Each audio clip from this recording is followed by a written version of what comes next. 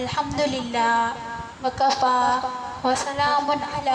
عباد الذی اصطفیٰ نحمدہ صلی علی رسولہ الکریم اما بعد فاعوذ باللہ من الشیطان الرجیم بسم اللہ الرحمن الرحیم رب زدنی علما رب زدنی علما رب زدنی علما رب اشرح لی صدری ویسر لی امری واحلل عقدۃ من لسانی یفقہوا قولی۔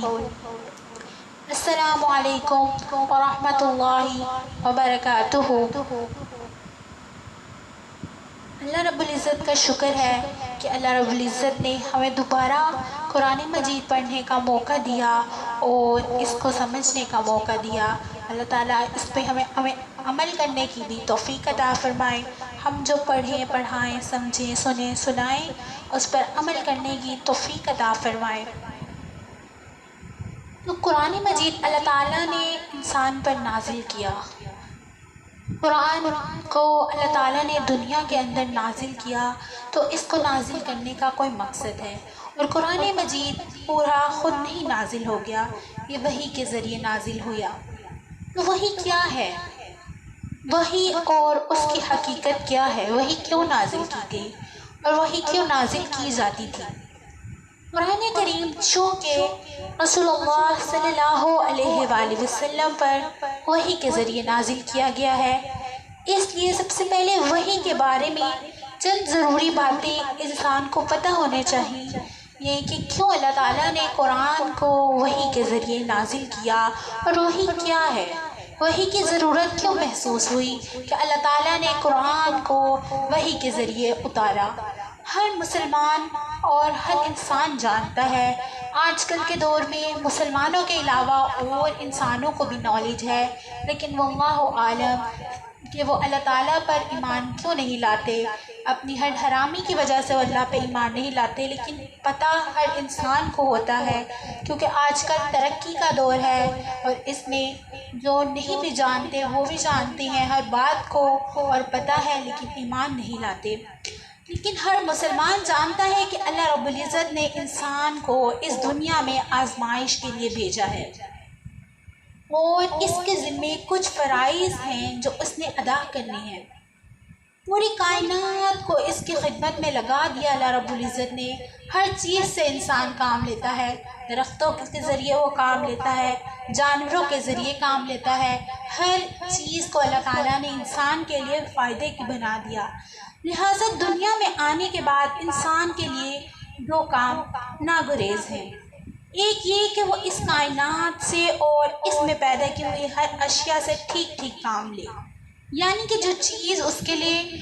پیدا کی گئی ہے اس کو اس سے بالکل ٹھیک ٹھیک کام لینا ہے جس مقصد کے لیے وہ پیدا کی گئی ہے، نہ کہ اس چیز کا مقصد کچھ اور ہو اور وہ اس سے کام کچھ اور لے رہا ہو۔ اور دوسرا یہ کہ اس کائنات کو استعمال کرتے ہوئے اللہ تعالیٰ نے کچھ احکام نازل کیے ہیں، اور کوئی ایسی حرکت نہ کرے جو اللہ تبارک تعالیٰ کی مرضی کے خلاف ہو۔ تو اس لیے اللہ تعالیٰ نے احکام کو مد نظر رکھتے ہوئے کوئی ایسی حرکت نہ کرے جو اللہ تعالیٰ کو بری لگے یا اللہ تعالیٰ انسان سے ناراض ہو جائے۔ ان دونوں کاموں کے لیے انسان کو علم کی ضرورت ہے، اس لیے کہ جب تک اسے یہ معلوم نہیں ہو کہ اس کائنات کی حقیقت کیا ہے، کہ کائنات کو کیوں بنایا گیا، اللہ رب العزت نے کائنات کس مقصد کے لیے بنائی ہے، اس کی کون سی چیز کیا فائدہ دیتی ہے، کیوں خاص ہے، کس وجہ سے خاص ہے، ان سے کس طرح فائدہ اٹھایا جا سکتا ہے، اس وقت تک وہ دنیا کی کوئی بھی چیز اپنے فائدے کے لیے استعمال نہیں کر سکتا۔ نیز جب تک اسے یہ معلوم نہ ہو کہ اللہ رب العزت کی مرضی کیا ہے، کہ اللہ رب العزت کی مرضی کے خلاف کام کرنا کیا ہے اور اللہ رب العزت کی مرضی سے کام کرنا کیا ہے، وہ کون سے کاموں کو پسند کرتا ہے اور کن کاموں کو ناپسند فرماتا ہے، اس وقت تک اس کے لیے اللہ کی مرضی کے مطابق زندگی گزارنا ناممکن ہے۔ چنانچہ اللہ رب العزت نے انسان کو پیدا کرنے کے ساتھ ساتھ 3 چیزیں ایسی پیدا کی ہیں جن کے ذریعے اس کے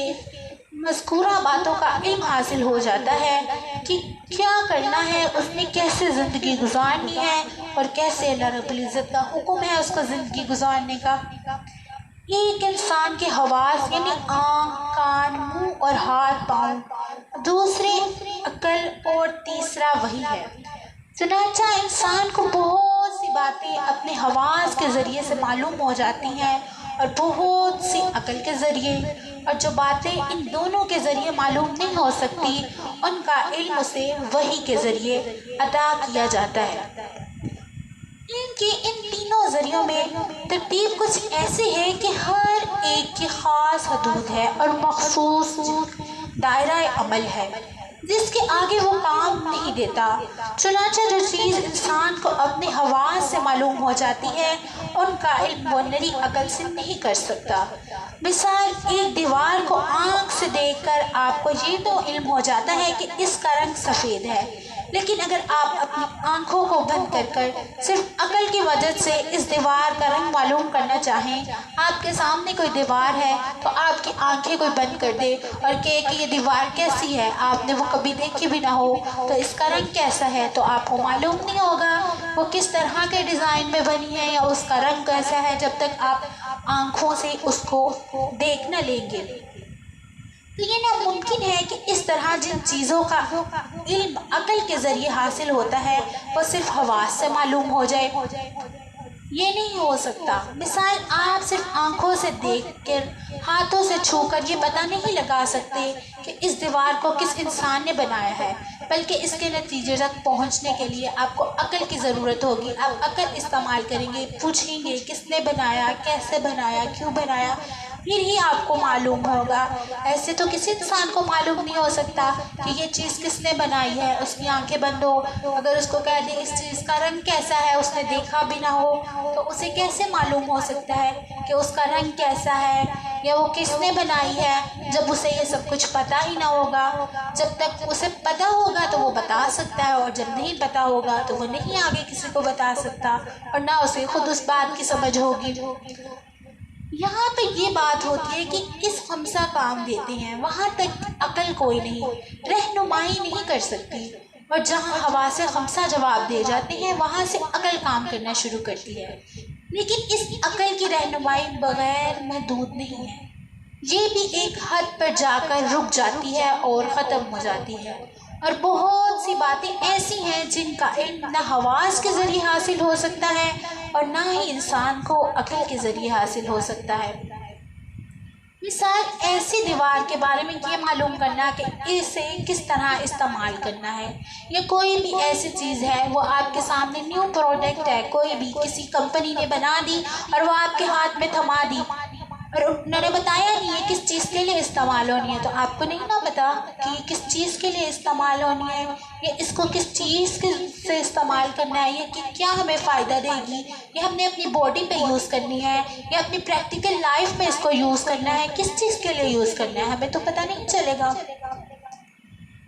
تو یہاں پہ سوال یہ ہوتا ہے کہ انسان کو دینے کے لیے جو ذریعہ اللہ تعالیٰ نے مقرر فرمایا ہے اس کا نام وحی ہے، جہاں پر انسان کی عقل، اس کی آنکھیں، اس کا دماغ سب کچھ کام کرنا چھوڑ دیتے ہیں، وہاں سے علم کا ذریعہ اللہ تعالیٰ نے وحی کو بنایا ہے۔ اللہ تعالیٰ نے انسان کو وحی کے ذریعے سے وہ علم دیا اور بتایا ہے کہ اس نے وہ کیا کرنا ہے،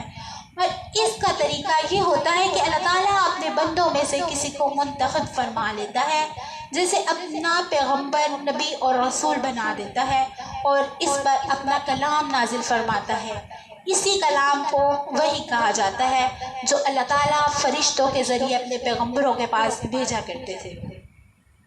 اس سے واضح ہو گیا کہ وہی انسان کے لیے وہ اعلیٰ ترین ذریعہ علم ہے جو اسے زندگی سے متعلق ان سوالات اور جوابات مہیا کرتا ہے جو عقل اور حواس کے ذریعے وہ حاصل نہیں ہو سکتے، لیکن ان کا علم حاصل کرنا اس کے لیے بہت ضروری ہے۔ اس لیے یہ واضح ہو جاتا ہے کہ صرف عقل اور مشاہدہ انسان کی رہنمائی کے لیے کافی نہیں، بلکہ اس کی ہدایت کے لیے وحی الہی ایک ضرورت ہے، اور چونکہ بنیادی طور پر وحی کی ضرورت پیش ہے تو اس جگہ آتا یہاں ہے کہ عقل کام نہیں دیتی، اس لیے یہ ضروری نہیں کہ وحی کی ہر بات عقل سے ہو، بلکہ جس طرح کسی چیز کا رنگ معلوم کرنا عقل کا کام نہیں بلکہ حواس کا کام ہے، اسی طرح بہت سی دینی عقائد کا علم عطا کرنا بھی عقل کے بجائے وحی کا منصب ہے۔ کہ ہمیں بہت سے ایسے مسائل ہیں جو دنیا میں ہیں، ہماری زندگی میں ہیں، ہم ویسے زندگی گزارتے ہیں تو ہمیں نہیں پتہ ہوتا جب تک ہم دین کی تعلیم نہ حاصل کر لیں کہ یہ مسئلہ کیا ہے، کہ اس کے پیچھے کی حقائق کیا ہے، اس کے پیچھے کیا واقعہ تھا، یا قرآن کی کوئی آیت ہم پڑھیں تو ہمیں نہیں پتہ ہوتا، ہم ایسے پڑھ رہے ہوتے ہیں ہمیں نہیں پتہ ہوتا،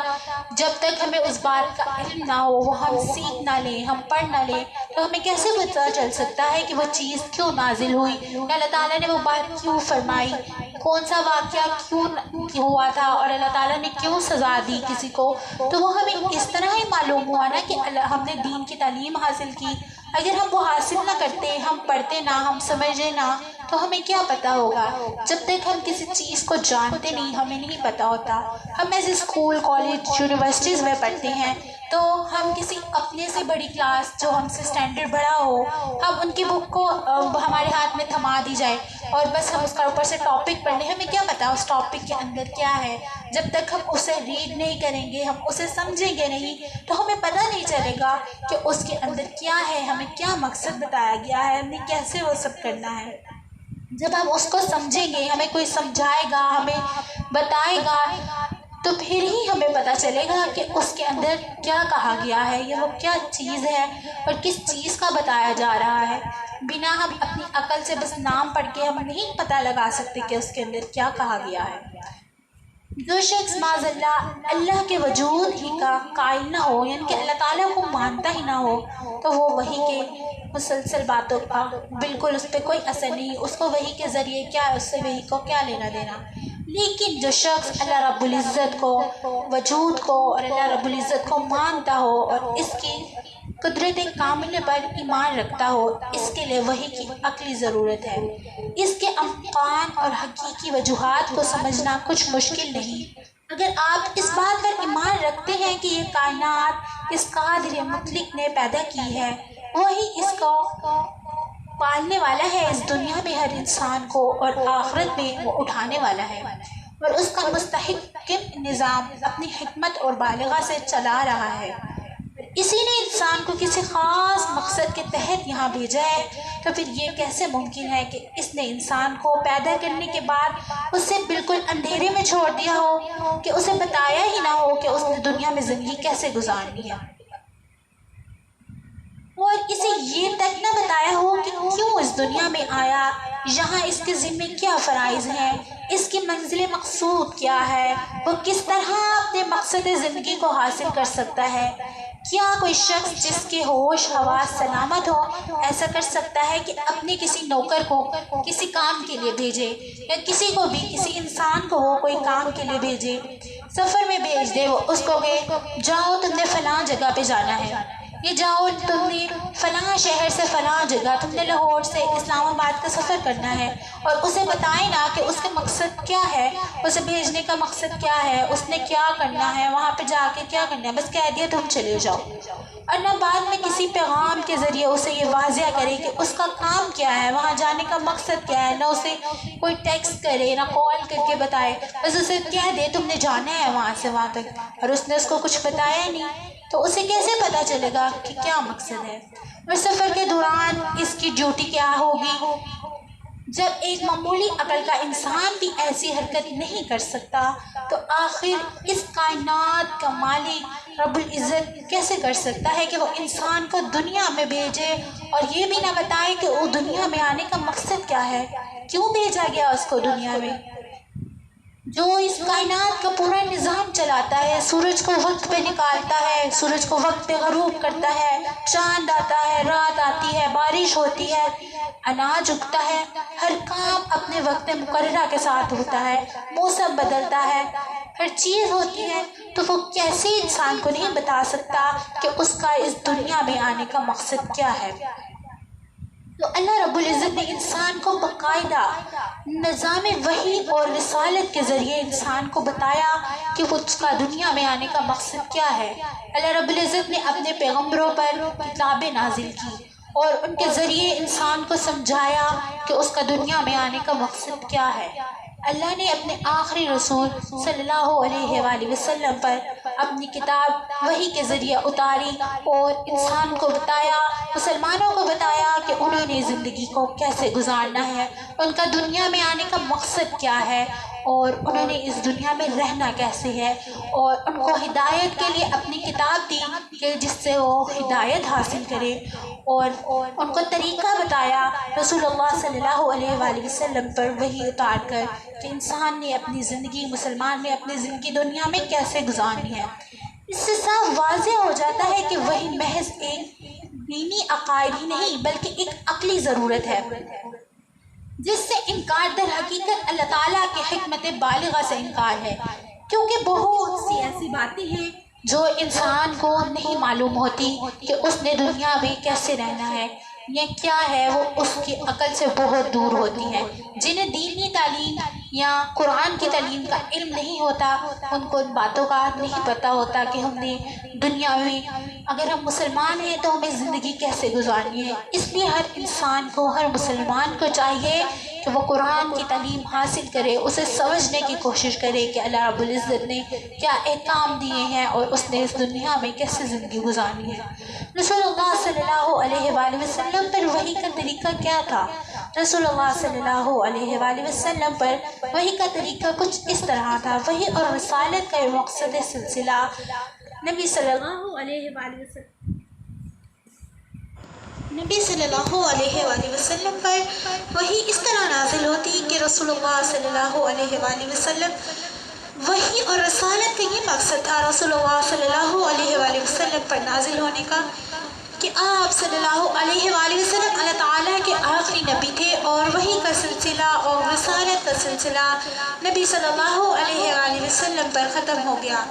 اب کسی انسان پر نہ وحی نازل ہوگی اور نہ اس کی ضرورت پڑے گی۔ نبی صلی اللہ علیہ وآلہ وسلم کا مختلف طریقوں سے وحی نازل ہوتی تھی۔ صحیح بخاری کی ایک حدیث ہے کہ حضرت عائشہ صدیقہ رضی اللہ تعالی عنہ فرماتی ہیں کہ ایک مرتبہ حضرت حارث بن ہاشم رضی اللہ تعالی عنہ نے رسول اللہ صلی اللہ علیہ وآلہ وسلم سے پوچھا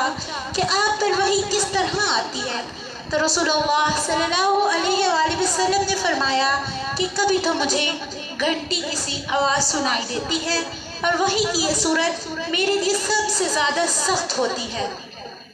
جب یہ سلسلہ ختم ہوتا ہے تو کچھ ایسی آواز آنے کو کہا کہ مجھے یاد ہو چکا ہوتا ہے، اور کبھی فرشتے میرے سامنے ایک مرد کی صورت میں آ جاتا ہے۔ یہ صحیح بخاری کی حدیث ہے۔ اس کے بعد ایک اور حدیث ہے جس میں نبی صلی اللہ علیہ وآلہ وسلم نے فرمایا کہ وحی کی آواز کو گھنٹیوں کی آواز سے جو تشبیہ دی ہے، تو شیخ محمد دین ابن عربی رضی اللہ رحمۃ اللہ فرماتے ہیں کہ اس کا مطلب یہ بیان کیا ہے کہ اس سے تو وحی کی آواز کو گھنٹی کی طرح مسلسل ہوتی ہے، اور بھی جیسے کسی چیز کی گھنٹی بج رہی ہو، کہیں پہ بج رہی ہو، تو اس کو انسان کو آواز بار بار محسوس ہوتی ہے کہ دوسری جانب سے بھی آ رہی ہو، تو اس کا لگ رہا ہوتا ہے کہ یہ ایک ہی طرف سے آ رہی ہے، تو انسان اس طرف متوجہ ہو جاتا ہے۔ ایک طرف سے بج رہی ہو تو اسے محسوس ہو رہا ہوتا ہے جیسے کہ چاروں اور سے اس کو آواز آ رہی ہو۔ تو اس طرح انہوں نے کہا، رحمت اللہ نے فرمایا کہ رسول اللہ صلی اللہ علیہ وآلہ وسلم کا گھنٹی کی آواز سے تشبیہ دینا اس طرف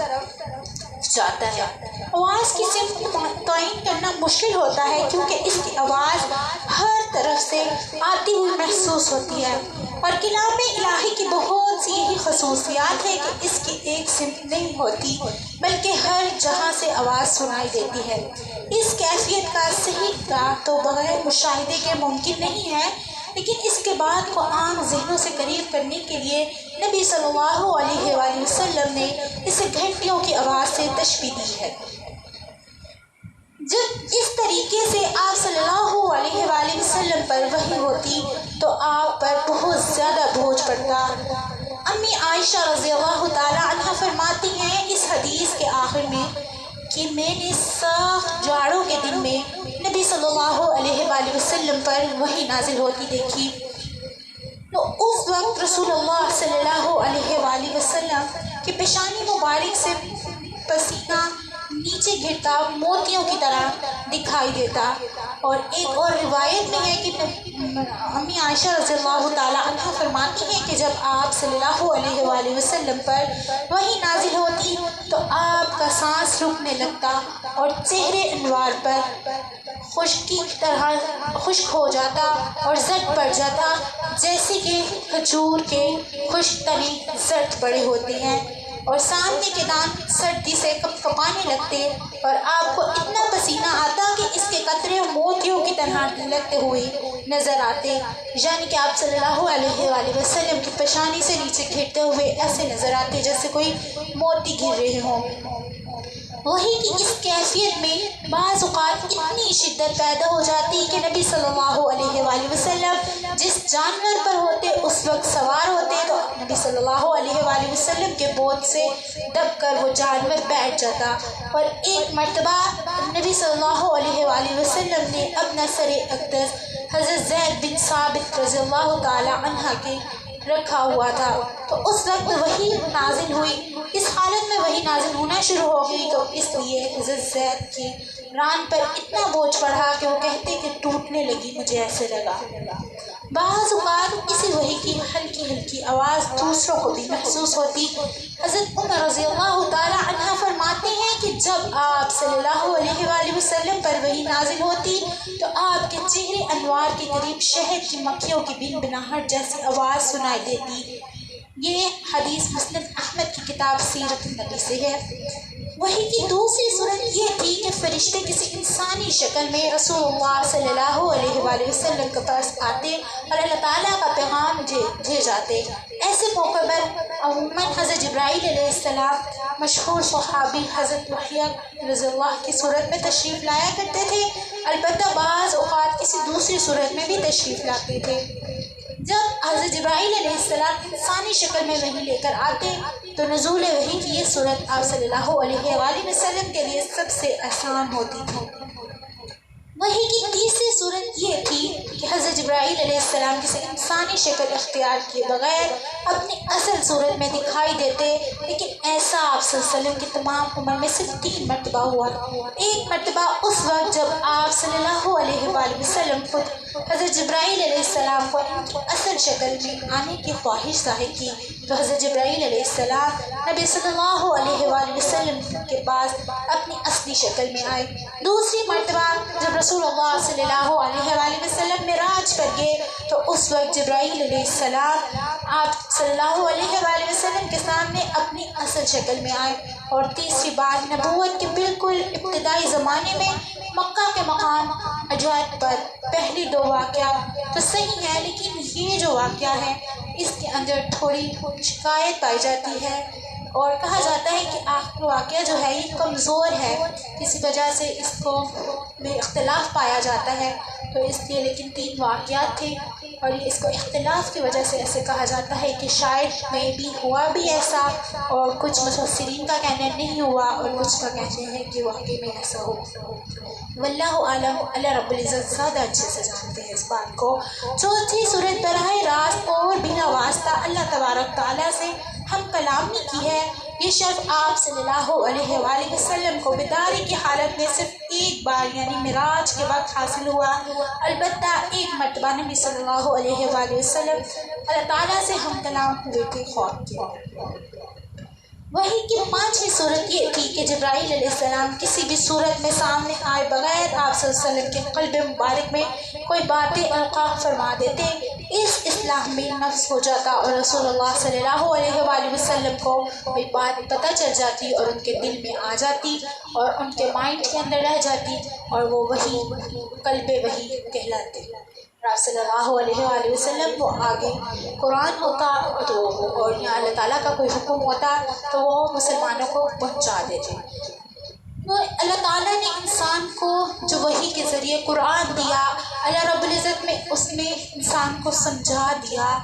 کہ انسان نے کیا پڑھنا ہے، کیا سیکھنا ہے اور اس نے اپنی زندگی کیسے گزارنی ہے۔ تو اللہ نے اپنی کتاب ہمیں دی وحی کے ذریعے، جس کے ذریعے سے ہمیں پتہ چل سکتا ہے کہ ہم نے اپنی زندگی کیسے گزارنی ہے اور اللہ نے ہمیں کس مقصد کے لیے دنیا میں بھیجا ہے۔ اللہ رب العزت ہمیں ہمارا مقصد دنیا میں پورا کرنے کی توفیق عطا فرمائے اور ہمیں اپنے راہ کے لیے چنی رکھے، اپنے کاموں کے لیے چنی رکھے۔ وآخر دعوانا ان الحمد للہ رب العالمین۔ السلام علیکم ورحمۃ اللہ وبرکاتہ۔